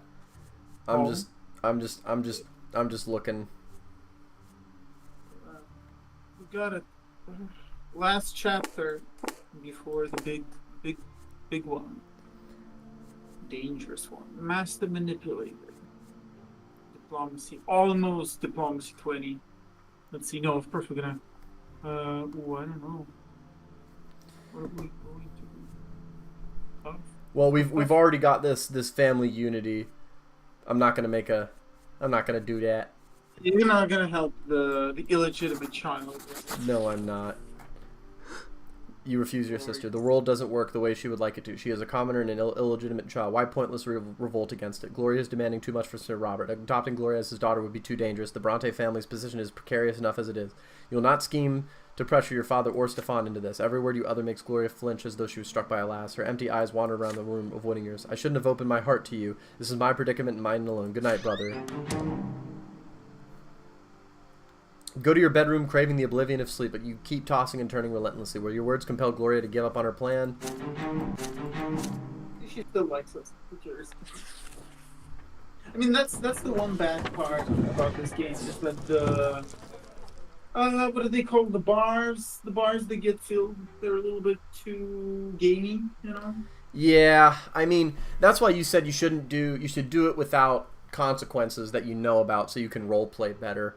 Yeah, but it also, you know, it's like, it's -2, but if you have 5, then there's no difference. She still has sympathy for you. Yeah. Felipe left Anizate for the capital last night on urgent business. He gave you both direct unambiguous orders before he left. Cease all activity and wait for him to return. A month of freedom, an entire month of peace. Is this real? Can you finally stop and catch your breath? But unfortunately, you do not even get to enjoy the thought of freedom for long. As noon approaches, Sophia appears in the door of your office. She has risked a visit in the middle of the day. This must be urgent. What brings her here? Dorius Otten. Ring a bell? You know, the High Commander of Magra, an Archnean, my former master, rapist, murderer, all-around piece of shit. I've been keeping tabs on him ever since I got back to Anizate. Here's where it gets interesting, Brante. Turns out Felipe Alfaro isn't the only guy trying to take advantage of the chaos to make a grab for power. There's a noble revolt brewing, way up in the upper echelons. Milani Das's followers are itching to rebel against Overseer Tempest, and Dorius Otten is one of the heavies. You see where I'm going with this? All Gaius Tempest's authority comes from the Imperial Legion's swords, and the guy in charge of them all, the High Commander of the province, that's Otten. And he can't wait to betray the Overseer and hand all that power over to the Archduke. If this revolt goes through, everything we've worked for will go up in smoke. We can't let this happen. We need to expose Otten as the traitor he is. We need to give Gaius Tempest all the proof. What about Felipe? What does he have to say about all this? We don't even know where Felipe is right now. He's incommunicado. We'll have to go against his orders and act on our own. We've got no time to waste either. They could sprint into action at the drop of a hat. Sophia's voice is... Go ahead. Why should you say he's incommunicado? That's so weird. They don't have Spanish in this world. I don't know. What a weird phrase. Sophia's voice is trembling. You are not used to hearing her like this. You ask her why she is so eager to take Otten down. Is she out for revenge? I'm more worried about the last straw's future than revenge, but I'm going to level with you. If I had my way, I'd love nothing more than to strangle Otten with my bare hands. Sicking the Overseer on him is the next best thing. Well, Sophia, those who live by the sword die by the sword. As usual, Sophia sounds level-headed and makes... Go ahead. Those who chuck by the sneeze. As usual, Sophia sounds level-headed, and makes a solid point, but you cannot help but feel she is still hiding something. Should you defy Felipe's orders and aid her? Why does she sound level-headed? Ugh. Swivel. Go.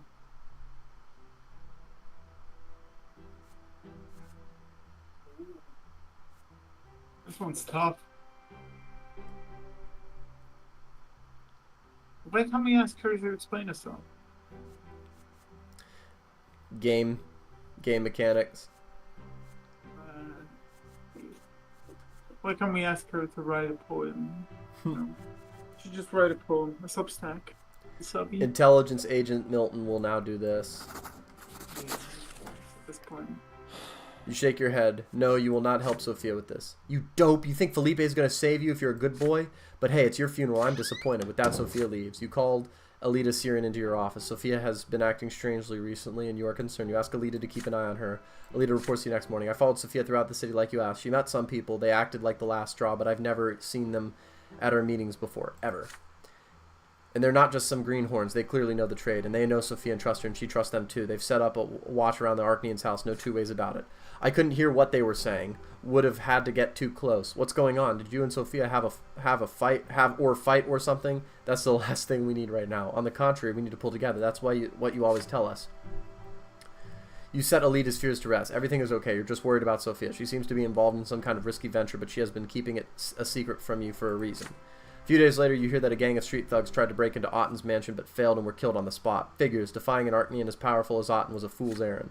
But you know something. Sophia does not trust you. She's playing a game of her own. She even has her own little private gang. What other secrets could she be hiding? I like her character.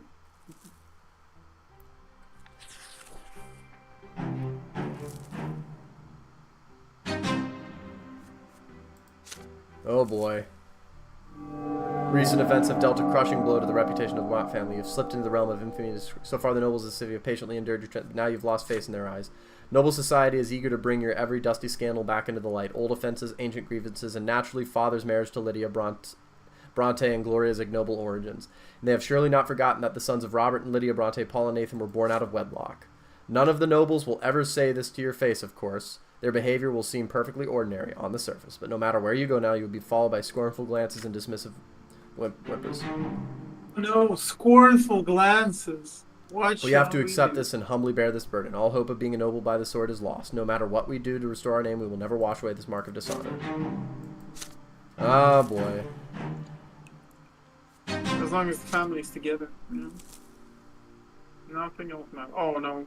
No, it's not together. Damn. Rumors are running wild in Anizate. People say that a mysterious clandestine society called the Last Straw holds the entirety of the city's seedy underbelly in its clutches, with men in safe houses all over Anizate plotting and scheming against the nobles and rulers of this province. Their leader is a woman, a ruthless criminal by the name of Sophia. She has evaded all attempts at capture.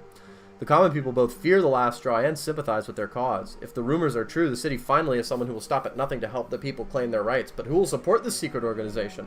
And how did the insurgents manage to survive this long? No one in the city knows the answers. Magistrate El Verman must assuage the people's fears once again. The vile mutineers and heretics who call themselves the Last Straw will be caught and executed very soon, and anyone who has given them money and shelter will meet the same fate. The secret chancellor will make sure of that. But even facing a manhunt, the Last Straw still endures. Slowly but surely, the influence of this underground organization is spreading throughout the city. Yep, province modifiers that don't matter. Yeah, they're always like, they only matter when, at the very end, I believe. Night falls upon the city, shrouding it in darkness and dotting the sky with stars. The din of the streets dies down slowly. Soon the heavy footfalls of gendarme patrols is the only sound. You are at the print shop, tying up the day's loose ends. There is a sudden knock at the door. Sophia walks in without a word, holding a half-empty bag. She heads to the room containing the shop's record. Somewhere in there, under piles of paperwork, is a crate with her things in it. Sophia pushes the papers aside and starts shoving her things in the bag. She barely looks at what she's doing. What's going on? She freezes as though noticing you for the first time. Then she pulls up a chair, sits down, and lights her pipe. I was with Felipe just now. I'm leaving for a long time. Could be a whole year. Got to recruit pissed off people for the Last Straw from all over Magda. He thinks we've already found everybody here in Anizate. Is she going alone? Sophia nods, exhaling smoke. Yep, Felipe's orders. Says it's safer that way. He needs you here. Her eyes are trained on you. You notice yellow light glimmering deep within them. Even without the underground movement, Sophia is just as dangerous on her own. And Felipe actually thinks she's going to recruit hundreds more people to die for his scheme. Sophia puffs out ring after ring. Then they slowly dissolve in the air, filling the room with acrid smoke. There is no hiding from her light blue eyes. A gentle smile plays on her lips. Just don't botch the whole thing while I'm gone, okay, Brante? You nod. An awkward silence falls. Deep inside Sophia's pipe, a red spark flares back to life again. Yeah, you should pipe her down. Go ahead. She knew... Shut up. She knew you would be at the print shop alone tonight. Did she really come here just to tell you this? She does not look away.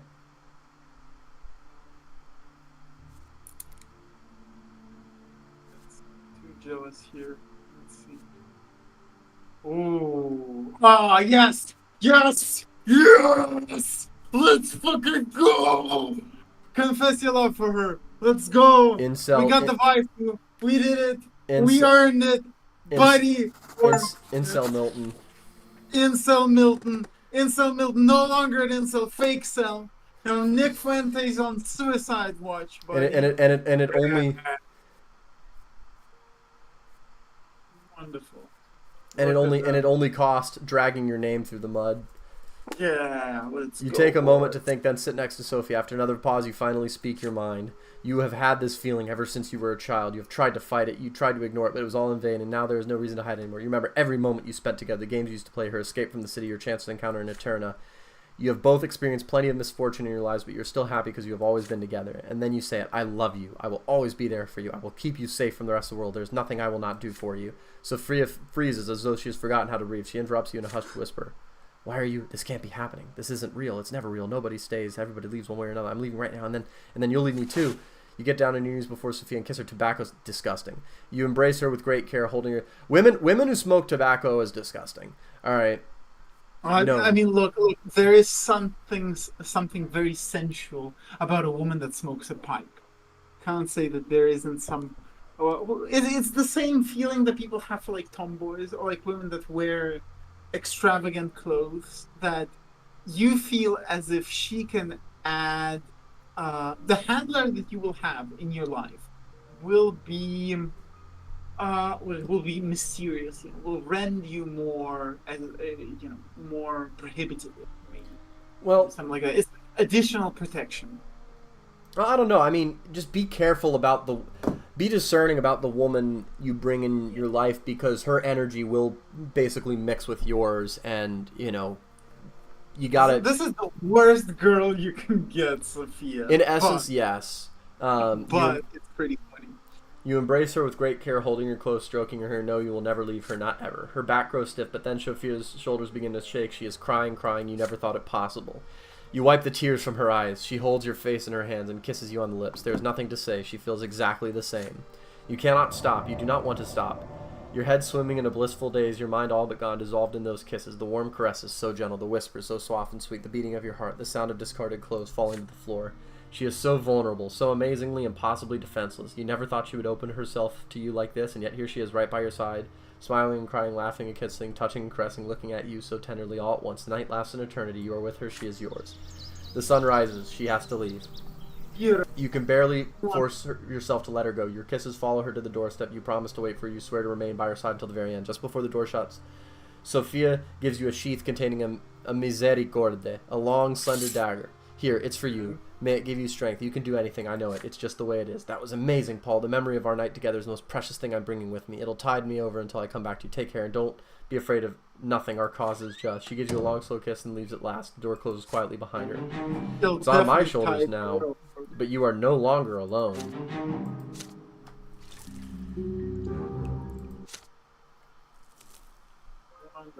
Just growing close. You see, women never appreciate anything you do. Oh boy, the unrest in Magra is growing by the day. Bobby, do you wanna go for our original hour? Let's go for another 30 minutes. Let's do another 30 minutes. You sure? Even though technically we did that 30-minute women's stream. It's okay. It's all right. I'm not too tired. Got plenty of time today. All right.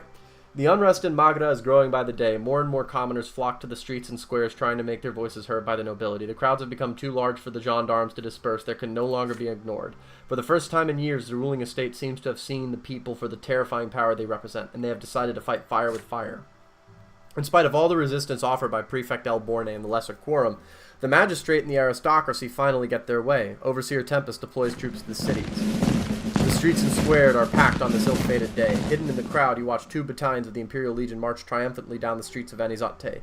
The banners of Magra and the Tempest dynasty soar proudly above the soldiers' heads. Gaius Tempest leads the battalions himself atop a white Monian stallion. To his right, you see the young captain of the battalion. He looks familiar. It is Thomas Guerra. When the procession reaches the Golden Square, it stops so the overseer can address the people. Battalion's defensive formation. The Legion soldiers spring into action, slamming their weapons against their shields as they move. Their ranks shift in eerie harmony down to the last man like an enormous, uncanny machine, and they all stop at once in an instant. The square grows silent. The overseer's booming voice echoes for all to hear. People of Anizate, I have heard your cry for help and come to this city accompanied by my loyal soldiers. The Imperial Legion will bring order to Anizate and put an end to all riots and crime. These soldiers will protect you from the schemes of rebellious nobles, insidious insurgents, and anyone else who seeks to spark unrest. I am Gaius Tempest, the overseer of Magra and Anizate. By the Emperor's decree, I rule this land. Those who question my rule question the Emperor's rule as well, and they will be executed as rebels and insurrectionists. You hear whispers throughout the square. Legion's arrival is a harbor. They had a black man write this line. They Legion's arrival is a harbinger of change. Legion's back. But how drastic will this change be? Homeboy be thinketh, this be dressed. Know what I'm saying, yo? So true. Even at home, the Legion is the only topic of conversation during dinner. That's less black and more the Sacha Baron Cohen character. So true. What's his name? The Borat. No, before Borat. The Ali G. Exactly. That was Ali G. Do you know who Ali G is? No clue. Oh, okay. Well, before Borat, Sacha Baron Cohen had Ali G. Um, the Ali G show, I think it was called, and Borat was Da Ali G show. Um, this was like a British thing. Okay, well, whatever. He speaks in horrible broken English. Because he's a forced streetwise poser from Staines. Ali G speaks in a rude boy style multicultural London English and brags about coming up in the heart of the Staines ghetto. So okay, let's continue. The Legion in the City, or the Legion in the City. Even at home, the Legion is the only topic of conversation during dinner. Thank the twins, Gaius Tempest has finally decided to act. These lowborn scum have grown far too insolent of late. They ought to be reminded of their place with an iron fist. Intimidating the people won't do anyone any good, Stefan. They have valid reasons to take to the streets, but instead of hearing them out, the overseer is hiding behind his soldiers. It's disgusting. I think Gloria's right. Everyone's really scared. A lot of my friends want the Legion to leave the city too. Those friends of yours know nothing, Nathan. Their lot is to work and suffer, not wag their tongues. Oh, we're so sorry, Sir Stefan. We forgot that only blue bloods could rule. Too bad all that inbreeding hasn't made them any smarter. Enough bickering, you two. You clearly don't understand what's going on here. The purpose of the Overseer's move is, first and foremost, to thwart the plot against him, set in motion by Archduke Milanidas' loyal clique of nobles. The commoners are a secondary matter. By the way, Paul, I've heard the battalion is being led by an old schoolmate of yours. He hasn't told you anything about that what Gaius Tempest is up to, is he? You have not seen Tomas in a long time. He has not told you anything. That's too bad. Oh well, I suppose time will tell. Whatever the reason, the Legion is here in Anizate, and it is a force that must be reckoned with. And as luck would have it, Tomas is in command of it. Is there any way for you to turn this situation to the last straw's advantage? Nope.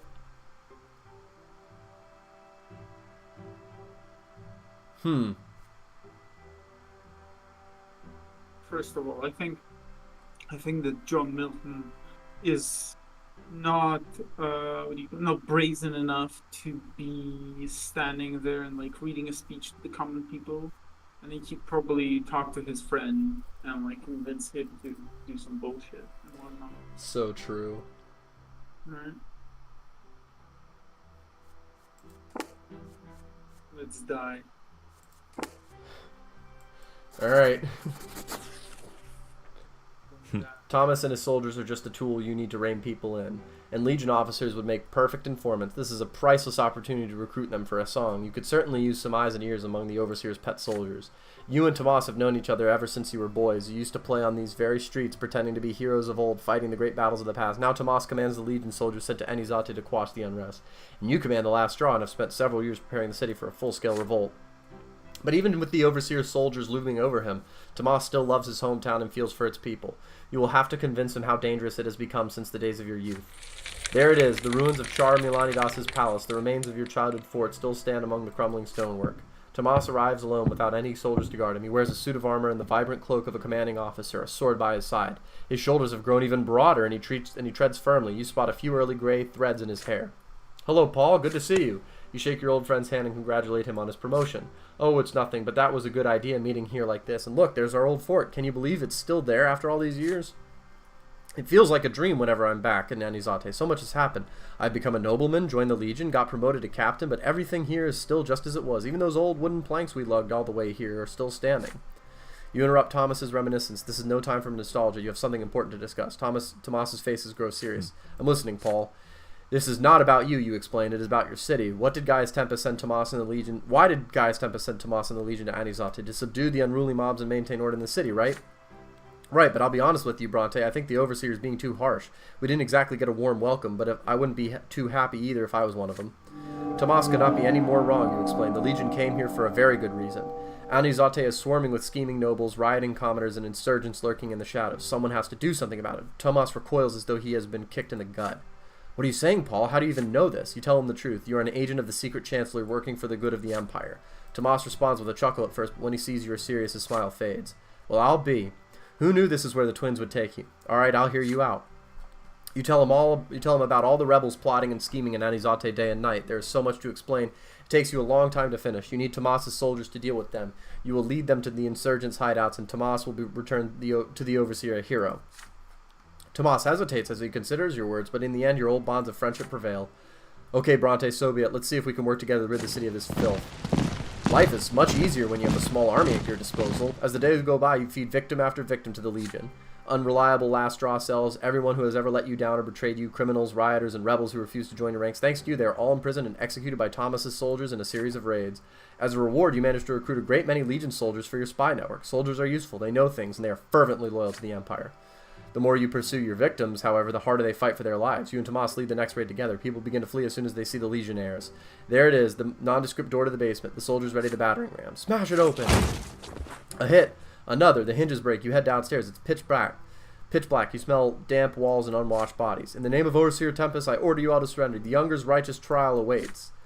The answer in a brief moment of quiet, followed by a desperate rasping voice. Go to the foot of the pillar, you bastards. Get 'em, boys.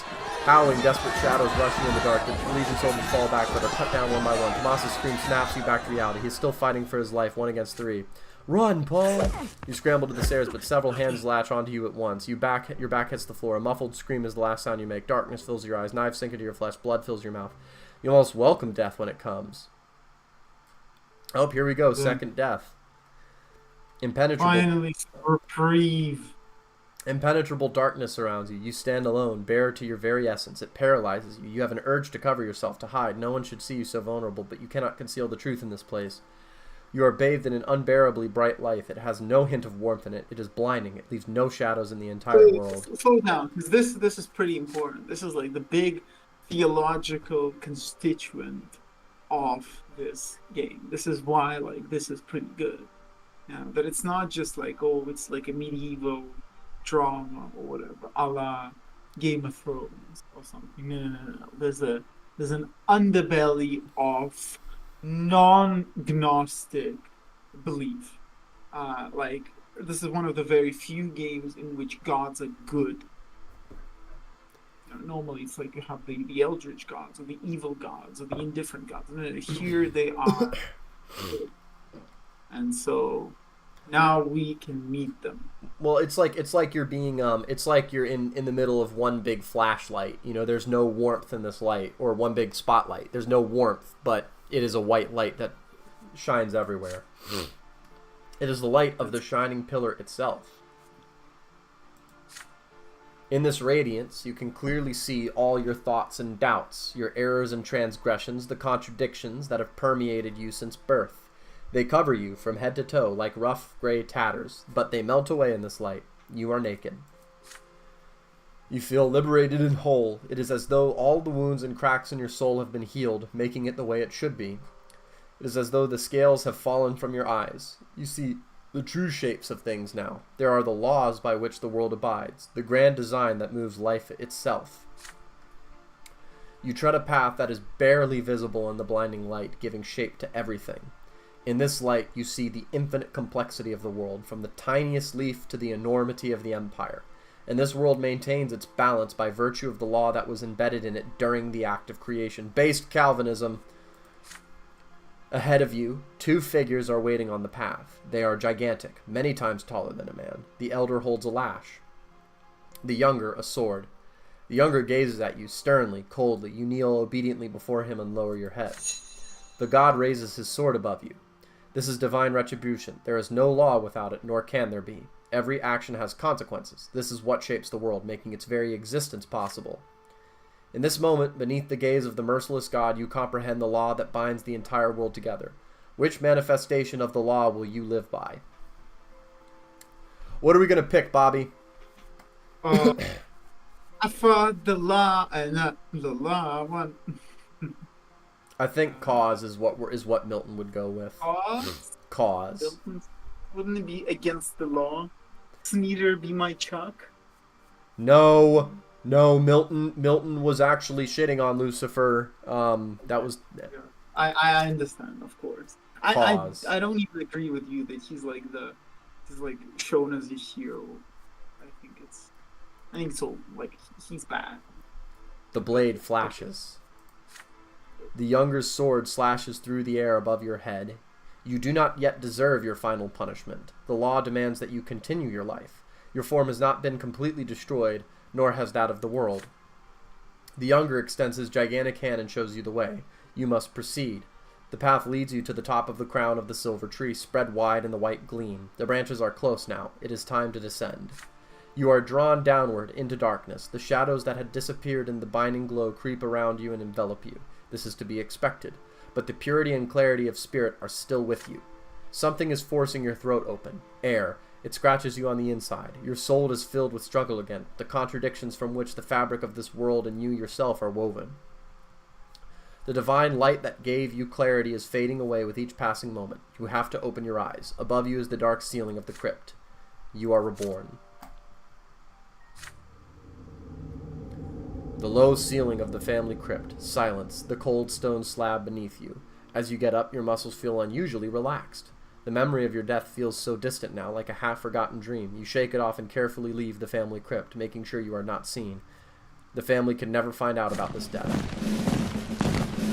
Several days later, Tomas reports to the overseer that the menace has been dealt with.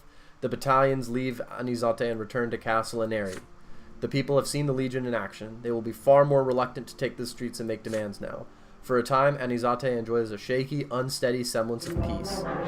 But at the dinner table, emotions run high. Stefan gleefully gloats over yesterday's events. Gloria responds with an outburst of rage. She is still furious over the Legion's ruthless methods. Your head begins to ache from all the shouting and foul language. Is a single day of peace too much to ask?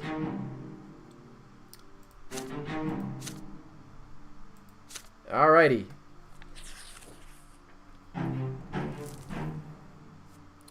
Your people are everywhere. Personal interests.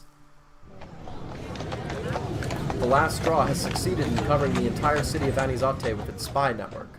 Denunciations come flooding in. Now, new secret arrests are made every day. Stories of people going missing after expressing displeasure with the law become commonplace. The spies surveil everyone, including the most powerful people in the city. But you have no time to enjoy your accomplishments.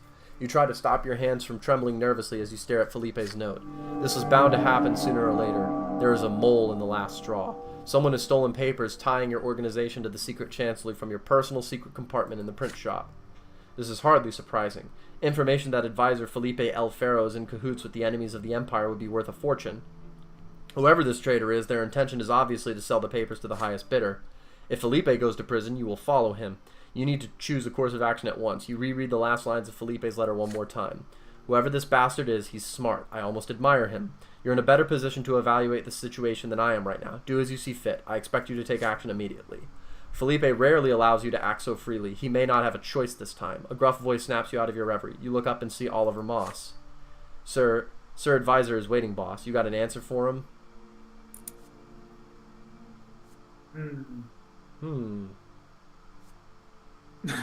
Buy the compromising materials back. Okay, that's a pretty good idea. And we don't have to lose our spy network, just our wealth. But whatever, we've got enough wealth. What would Milton do? He'd buy the materials. He wants his books back. He wants his paper back. The subbies. Because like if we lie low, then he won't be able to reach his point. Yeah, he'll buy it back. The information that has fallen into the traitor's hands is far too valuable. You need to buy the documents before someone else does. You write to Felipe informing him that you intend to strike a deal with the traitor. The answer arrives later that evening. You have my approval. All of the last straw's funds are at your disposal. Get these papers no matter the cost. The cost turns out to be very high. You have to add your personal funds to the last straws. The offer has to be the very best or the traitor will not agree. Once the money is ready, you start a rumor among your spies that you are ready to buy the compromising materials. You find a note on your desk the following morning. Leave the money in the ruins of Charles Milanidas' palace, under the snake statue in the main hall. You have until midnight. At dawn, you can take your papers back from the same place. Don't try to track me down or the deal is off. You hide the money in the designated spot. The traitor is as good as their word. You find an envelope containing the papers at dawn. They are all there. After this incident, you stop keeping your documents at the print shop. No one else can know their whereabouts. You cannot allow this to happen again. You cannot afford a second ransom. But still moderate means okay. We're not totally destitute. Felipe has chosen an unusual meeting place tonight. Anizate's ancient marble bathhouse is a place only nobles are allowed to enter, but tonight, in accordance with the advisor's will, its doors are open to you. The staff treat you with the subservience typically reserved for real noblemen. You are shown to a magnificent hall with a ceiling supported by centuries-old columns and left alone. The reflections of hundreds of candle flames dance across the walls and water in the marble pool. You notice a bowl of candied fruit and a bottle of wine. There are no other patrons. This is most likely the only time you will ever see the inside of the bathhouse. Felipe rarely uses the same meeting place twice. After a while, you muster enough courage to enter the water. It is very warm. You lie on your back and float. Your body relaxes and a pleasant feeling of drowsiness creeps over you. You are startled by echoing footsteps and the percussive thudding of a cane. Felipe is approaching. Several burly men led by Oliver Moss follow behind him. You get out of the water and reach for your clothes, but Moss steps onto your garments, preventing you from covering yourself. Hello there, Brante. Felipe's men surround you. The advisor taps the floor with his cane. The sound echoes off the marble walls. Droplets of water from your wet hair run down your back, causing you to shiver. I'm gonna fuck you up. Are you really naive enough to think you could conceal your betrayal from me, Brante? I'm the advisor. What is it? I'm the advisor of the Secret Chancellery. I know about all the deals you made behind my back, but I'll give you one last chance to save yourself. Confess your betrayal, and maybe, just maybe, I won't drown you in this pool like a runt. What is it? Can we, like, deny our guilt and not betray anyone? That could be kind of cool. I mean, Eggman, fuck Eggman. You know, he's cringe. Yeah, no, this is our only situation right here. This is the only thing we can do. Oh, hey, we can just deny our guilt. We can make up a clever lie because we're really high in manipulation. Hey, that's the best thing. Yeah. We're gonna eat Eggmont eventually, but for now we can just, you know.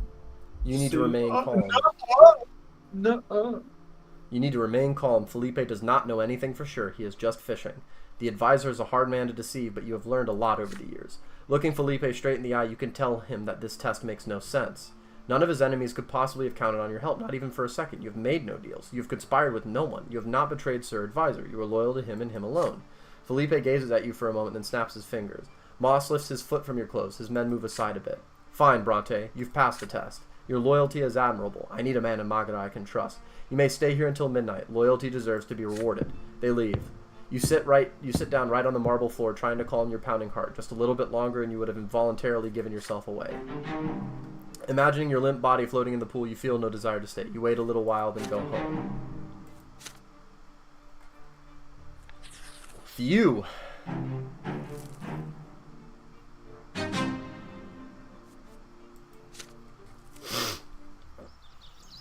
You are shaving before going into town. You scoop some warm water from the wash bin.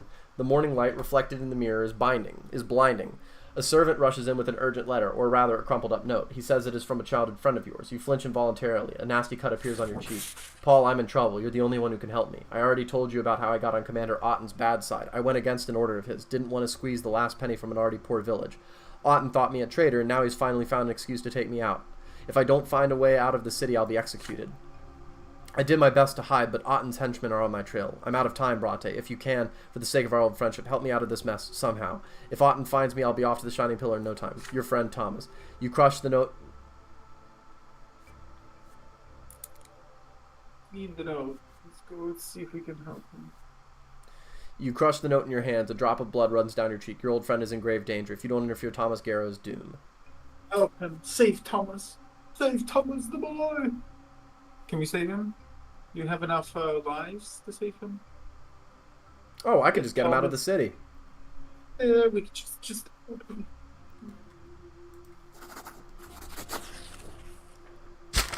Crumpling the note in your hand, you pace the room and think. You cannot abandon your friend in this hour of need, but Otten is the High Commander of Magada. Opposing him on your own would be unwise. You need a more cunning plan. You're going to need Oliver Moss's help. The last straw spy welcomes you with an ever-ready sly grin. Brante, how can I help you? You wave Moss over and brief him on the situation. Thomas Garrow, a friend of yours and a supporter of the cause, is about to be attacked. Dorius Otten, the High Commander of Magada, is itching to seize and execute the Legion's deserter. The spy's eyes narrows. We won't let that happen, will we, Brante? But going against such a powerful Artnian is a great risk, and a great risk demands a great reward. You assure Moss that his efforts will be duly rewarded. Together you plan Thomas's escape. The plan requires that you involve a number of the Last Straw members. You will be short a good many hands while they lay low afterwards, but you are ready to take the risk if it means saving your friend. Moss's spies easily find Thomas's hiding place, an attic above a shabby inn. You have not seen him for a while, but he looks a decade older already. It pains you to see him so downcast. Brante, how did you find me? So Otten's men are closer than I thought. You're in danger too. You assure your friend that you have a plan. He should pack up and get ready to leave. You will take care of the rest. When night falls, you head for the city gate with Thomas in tow. A gaggle of loyal cutthroats led by Moss tail you in the shadows just a shout away. Ominous silhouettes appear before you on the road out of the city. You examine their faces hidden beneath their hoods. Their clothing is ostentatiously coarse, but their manners and speech betray them as servants from a noble household. The leader speaks. Are you friends of one Sir Thomas Garrow? Would you mind coming with us? Get him! In the blink of an eye, the cutthroats swoop in and surround Otten's henchmen. The blows from their clubs quickly beat any desire to resist out of them. Hurry, we need to get out of the city. You and Tomas hop into the carriage with the covered windows and leave Anizate. You are not followed. You reach the village of Solmina by the sunrise. You see a handful of houses huddled at the foot of a mountain ridge, their outlines emerging from the morning mist. Well, no one's going to bother me here, I'm sure of that, and I don't see the locals betraying me either. I'll hide here until everything settles down. Thank you, my friend. I hope we see each other again. Safe. Oh, back into poverty. Yeah. Well, hey, it happens. It is late. You are preparing to go home when a priest with a long staff walks into the print shop. You recognize him immediately. He is the abbot of the temple at the Silver Tree, the face of the new faith in Anizat, Father Leonard. I must apologize for visiting you at so late an hour. Still, I am glad you are here, Paul. I am Father Leonard. You may have been to a sermon of mine, but I do not believe we have ever spoken in person. I have come to you regarding a rather delicate matter. But I have been made aware that your print shop often deals in matters such as these. I believe you know that Cassius, Magna's current patriarch, has not recognized the new faith. Our numbers are great, but the patriarch thinks we are just another heretical sect. My teacher, Patriarch Photis, was betrayed and murdered before he could have his doctrine recognized. The light of the new faith struck fear into the hearts of his enemies. But I am determined to make sure Photis' teachings get the same recognition and respect in Magra as the teachings of Isatius. 1 month from today is an important day for the new faith, the anniversary of Patriarch Photis' murder. I wish to gather my flock at the palace of his true death to address Patriarch Cassius and demand recognition for our faith. If several thousand new believers gather in the city, the Patriarch will have no choice but to heed our call. But, in order to bring all these people to Anizate, I need your help, Brante. I know you can not only print my appeal, but also distribute it throughout the province. In the city of Anizate, the new believers stand firmly united, but our brethren are isolated from one another in the rest of the province, and I have no way of reaching them through the temples. The Inquisitions and the priests of the old faith will never let my summons spread throughout Magra, but you can achieve what I cannot. I have written my appeal down for you. Please print it and see my summons spreads to every corner of Magra. I want every Magra new believer to realize that now is the time to stand up for our doctrine. I summon them to Silver Tree on the day of Photis' death. Patriarch Photis claimed that the truth that revealed itself to Isasius is not the only way to serve the twins. The doctrine of the new faith frees its follower from the strict shackles of the lots and teaches them to seek their own path to the peak of the shining pillar. Commoners free from the lots, refusing to do nothing but work and suffer. Lowly peasants claiming the right to rule and wage war. New believers ready to take up arms and fight for their faith. If they receive Father Leonard's summons, they will likely flock to the streets of Anizate. You glance over the handwritten page the abbot has given you. Brothers and sisters who have heard and received the word of Patriarch Photis as your own new faith, you have been summoned. Come to the place where our teacher's life was tragically cut short on the day of his demise. We will meet there in the shade of the silver tree to honor the memory of Patriarch Photis and complete his life's work. We will make ourselves heard by... Go ahead. Who'd you think killed Photis? The Inquisition. Yeah? Yep. Well, why not just the, commoners? They could have killed him. No, I think, why would the commoners kill the person who's preaching the faith that benefits them? Maybe because they're stupid. What if yeah, that's also possible. But the Inquisition is, they don't just immediately kill all these people. I mean, they could have converted him. They could have made him an asset. Oh, it's awesome. What if his own church killed him?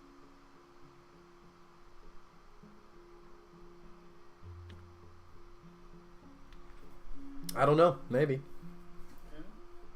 What if? I guess that's a conspiracy here. Father Leonard killed him. It's possible. Let's go ahead. We will make ourselves heard by Patriarch Cassius. We will demand that the church recognize the new faith as equal to the teachings of Saint Isasius. We will make camp in the city, and we will not leave until our demands are met. Father Leonard has a great following among the people. His summons could have His summons could have significant repercussions in Anizate. What should you do? Contact the Inquisition. I don't know. Well, it depends. We could earn some money, or we could contact the Inquisition. Well, we have no money to earn.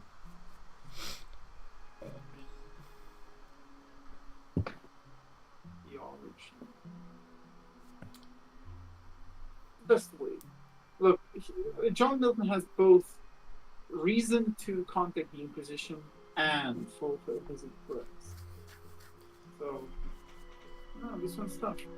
Well, our reputation's already in the shitter. It's not like we can go below 0. You're right. That's another big lie of the Western world. There's no such thing as negative numbers.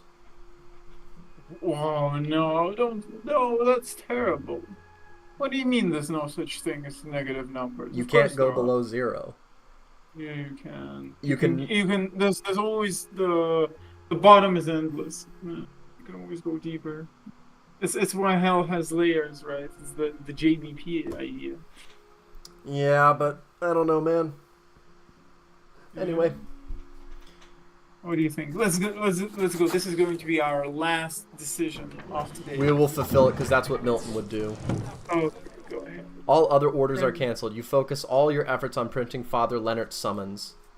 Once the leaflets are done, they are spread throughout the province by people you trust. New believers soon begin to leave small Magadan towns and villages and head to Anizate. The city authorities soon take note of the pilgrims arriving in greater numbers every day.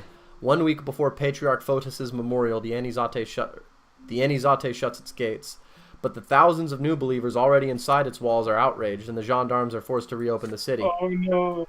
The prefecture, the Inquisition, the Legion, none of them are ready to contend with the masses of new believers united by a common purpose. On the day of Patriarch Photis's death, Father Leonard addresses his flock with a sermon, then leads the inspired followers to the residence of Patriarch Cassius. One against an immense crowd, Cassius has no choice but to accept their demands. He recognizes the new faith as equal to the teachings of Saint Isasius and grants the new faith priests and Magra freedom to preach their doctrine as they see fit. Most of the new believers soon leave the city for their homes. However, some commoners choose to remain in Anizate. These several days of sudden chaos have ruined several of the secret chancellor's best laid plans. Your spy network's operations are also disrupted. What's more, the people eventually learn that your print shop was involved in the affair. As a consequence, your family falls out of favor with the gentry who still respect the teachings of Isatius. Father Leonard and his flock, on the other hand, are sincerely grateful for your assistance. I could never have assembled so many people without your aid, Brante. If you ever need help, we will gladly stand by your side. We're already disgraced, you know. Yeah, we can't go any lower. Alright. Alright, Bobby. Okay, well, yeah, thank you for coming today.